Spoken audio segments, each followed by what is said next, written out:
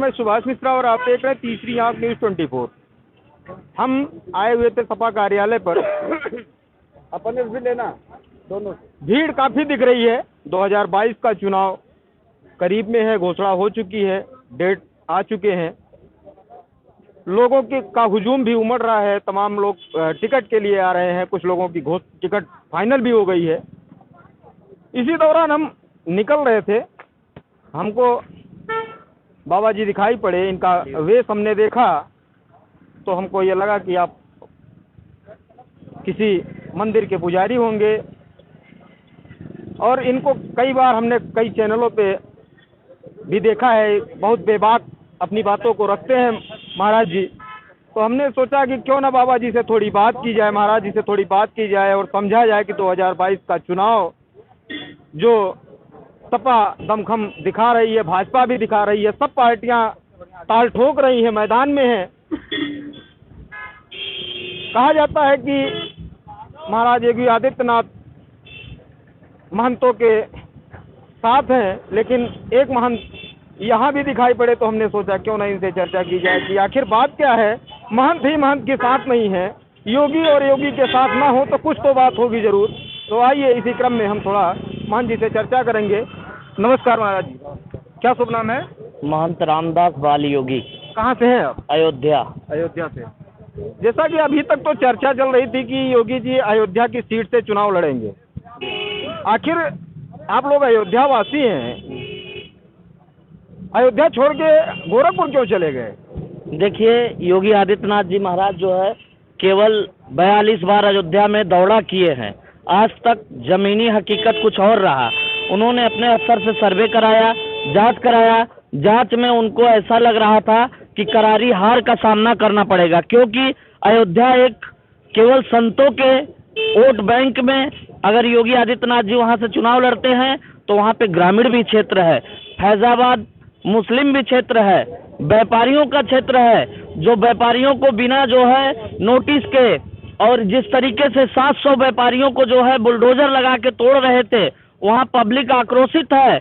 और संतों की आपने बात किया, अभी वीडियो में आप सुना हमने कि जो है कि एक संत के साथ नहीं है। हाँ। क्या आपने किसी चैनल पे या वीडियो कहीं भी देखा कि किसी संत को इन्होंने 5 सालों में जो है एमएलसी बनाया, किसी को मंत्री बनाया, किसी को राज्य मंत्री दर्जा दिया?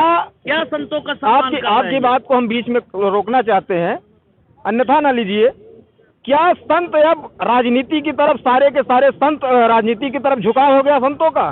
सारे के सारे संतों का नहीं। जैसे आप अपेक्षाएं करते हैं कि संत क्यों नहीं है, तो कुछ तो संत है। जैसे योगी आदित्यनाथ जी क्या है, ये संत नहीं है? उनको घंटा बजाना चाहिए जाके वहाँ मंदिर में। क्यों बन गए मुख्यमंत्री? किसने कहा था? कोई योग्य नहीं रह गए? मोदी कहावत है संतों के लिए, कहावत है संतों के लिए, कहावत है संत न छोड़े संत ही, कोटिक मिले असंत जी। तो अगर असंत मिल रहे हैं तब भी संत को अपनी संतई नहीं छोड़नी चाहिए। संत थे, अगर संतई नहीं छोड़ना था तो योगी आदित्यनाथ जी महाराज को विकास की गंगा बहा देना चाहिए था पूरा। तो कह रहे राम मंदिर बनवा दिया है आप लोगों के लिए। देखिए, मंदिर जो बन रहा है कोर्ट के फैसले से बन रहा है। बीजेपी या सपा या बसपा या किसी दल से नहीं बन रहा है, किसी व्यक्ति विशेष से नहीं बन रहा है। ये सब जनता के पैसे से, सहयोग से बन रहा है। एक ट्रस्ट उसको बना रही है। कोर्ट के फैसले से राम मंदिर बन रहा है। इन्होंने केवल दीपक जलाया है 5 साल, और दीपक जलाने के सिवा वहाँ पे कोई जमीनी स्तर पे बहुत बड़ा कार्य इन्होंने नहीं किया। अच्छा, तो बाबा जी ये बताइए कि आप कहते हैं कोर्ट के फैसले से बन रहा है, भाजपा कहती है कि इसके 500 सालों से, विगत 500 सालों से इस पे मुकदमा चल रहा था, लड़ाई चल रही थी, एक दूसरे की बैठक चल रही थी, फिर भी फैसला नहीं हुआ। जब हमारी सरकार आई तभी हमने इसका फैसला कराया। इस पे क्या कहना चाहेंगे आप? देखिए, कोर्ट जो है स्वतंत्र होता है, जेब का कोर्ट नहीं होता है। कोर्ट को कोई फैसला नहीं करा सकती कोई दल या कोई पार्टी, ठीक है। और इसके पहले भी जो है राजीव गांधी के समय में जो है शिलान्यास हुआ था, ताला खुलवाया गया था। पिछली सरकार जो है बहन जी की थी, इसके पहले उनके सरकार में जो है कोर्ट का फैसला आया था, बहुत शांतिपूर्वक जो है वो फैसला निपटा।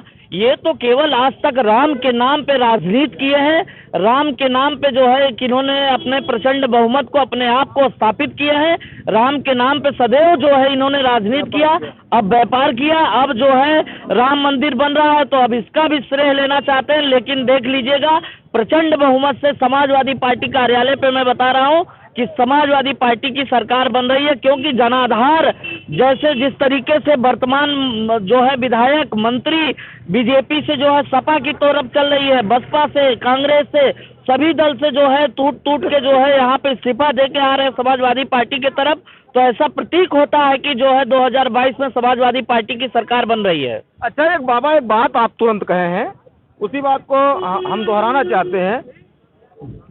भाजपा से निकलकर नेता सपा में जा रहे हैं, सपा से भाजपा में जा रहे हैं, बसपा से सपा में जा रहे हैं, भाजपा में जा रहे हैं, कांग्रेस में जा रहे हैं।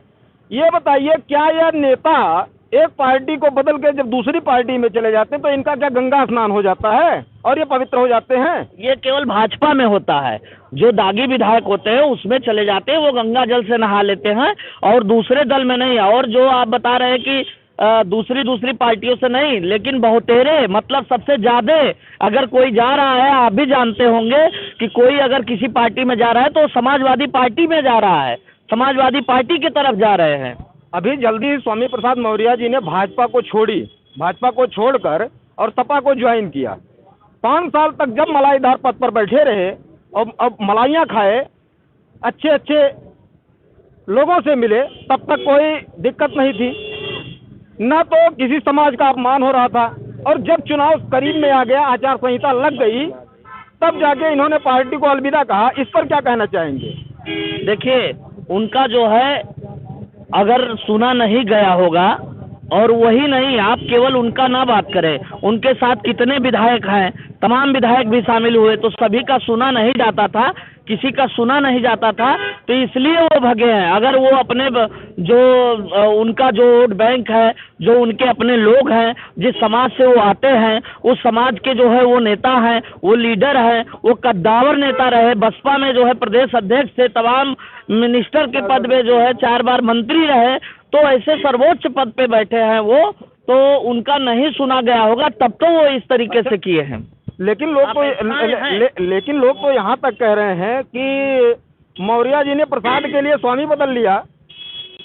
एक कटाक्ष आया हुआ है कि मौर्य जी ने प्रसाद के लिए स्वामी बदल लिया और बेटे का टिकट नहीं मिला इसलिए पार्टी छोड़ दी। इस पे क्या कहेंगे? देखिए बेटे का टिकट जो है कैसे, अगर कहीं मान लीजिए भाजपा ने टिकट क्लियर कर दिया हो, लिस्ट आ गई हो तो हो सकता है, लेकिन न तो टिकट क्लियर हुआ था, न लिस्ट आया था, केवल इंतजार था आचार संहिता लगने का।